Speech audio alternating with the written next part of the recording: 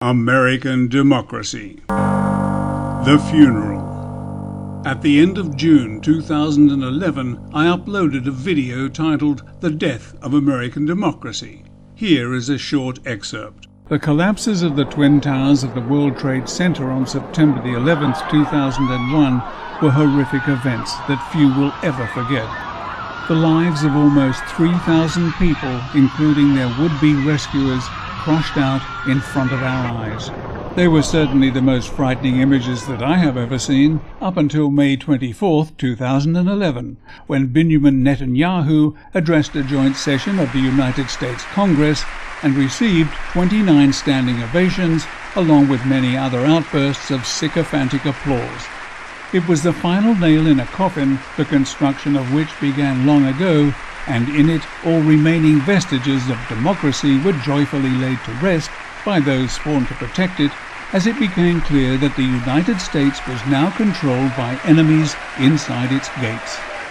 Ruthless enemies who brooked no deviation from the policies they dream up, and few members of the United States House of Representatives or the Senate are prepared to commit political suicide by standing up to them. Instead, as we can see, they are all standing up to applaud them. The spokesperson for these enemies of the people was the Prime Minister of a foreign power, Israel. A strange choice at first glance, but really a clever surrogate, because the United States Congress could hardly be seen voting against the best interests of its own citizens, but it could be seen voting for the interests of Israel. And once again the interests of Israel took pride of place at the Democratic Convention being held in North Carolina, when the mayor of Los Angeles decided to take it upon his ears alone to judge whether or not the delegates agreed with instating or reinstating a contentious piece of party policy which accepted Jerusalem as being the capital of Israel. Never mind the repercussions that such a decision would have on a new administration's foreign policy, the further sidelining of the interests of the Palestinian people and those in the region who detest Israel's overbearing attitude towards them. Oh no, what Israel demanded of the Democrats, and what a laugh that name is, Israel got. Here's how. This guy decided to do a quick aye-no vote based on the sound that the delegates made, and this is the waveform of that sound. All those delegates in favor say aye. All those delegates opposed say no. In the opinion He was going to give it to the ayes right there and then, but changed his mind. Here's his second try. In favor say aye. All those delegates opposed say no. The no's certainly looked a bit louder to me, and probably sounded so to the Honourable Mr. Mayor, so he asked them to have yet another go. All those delegates in favor say aye. All those delegates opposed say no.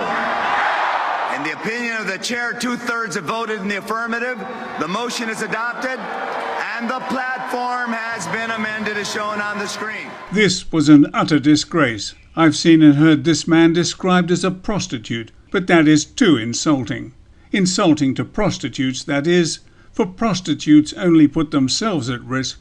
People like this man and those who stand behind him and condone such base actions damage the very fabric of the society they use to further their own corrupt agendas. They are as disgusting as those who stood and cheered the Israeli Prime Minister when he addressed a joint session of Congress, as already seen at the beginning of this video. There is little else to be said, so here is the ending of that video, which should be a wake-up call to those who have the ears to listen and the guts to do something about it. To understand the consequences of this craven grovelling, hearken not unto Netanyahu's words, rather look upon some of his nation's recent deeds and juxtapose them with the almost unanimous approval of the United States Congress. Zaytun, flattened by Israeli bulldozers. But in this house, they'd herded 100 members of the Samuni clan. And then they shelled it, killing 49 of them.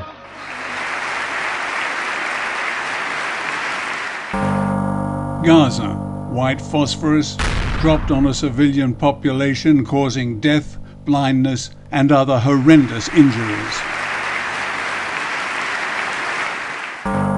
May 2010, murder in the Mediterranean. The attack on the Freedom Flotilla attempting to break the illegal siege of Gaza. Out of a multitude of nationalities on board the Mavi Marmara, 9 men, all Turkish, were gunned down in what must have been targeted assassinations. 19-year-old Furkan Dogan, an American citizen of Turkish descent, was shot once in the chest and 4 times in the head.